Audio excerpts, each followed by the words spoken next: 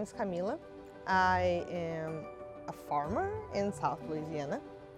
My journey with agriculture started in 2019. I come from the big city. I was born and raised in Rio, in Brazil, and I always lived around concrete, very little green, like little potted plants at home, but that was pretty much it. I never had a big yard or anything like that. So I started gardening in containers on the deck to try to grow herbs and fresh things for my kitchen.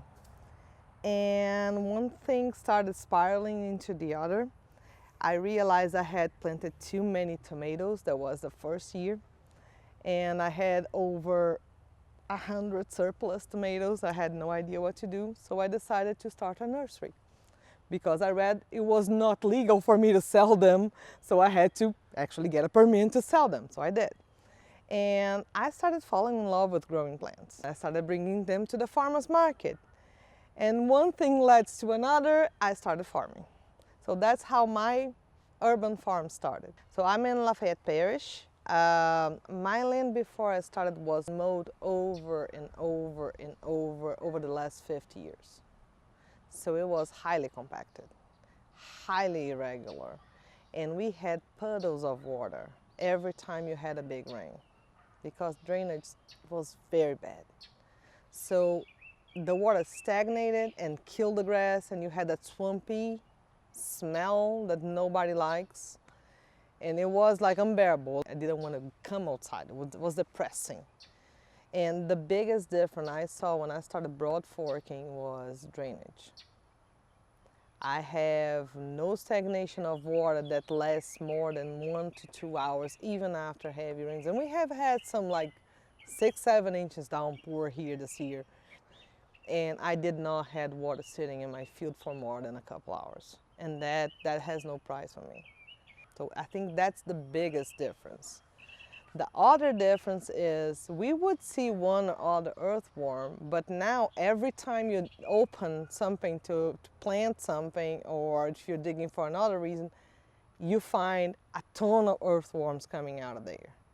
Not only earthworms, but other weird creatures.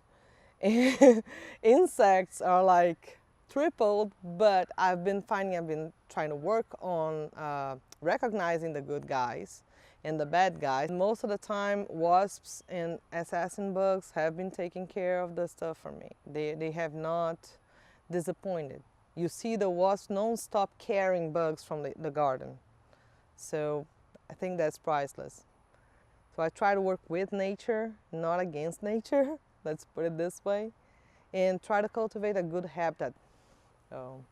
That's my vibe. I try to figure out what is the best way to try to tilt the game towards me by using what is already there for me to use. That's all.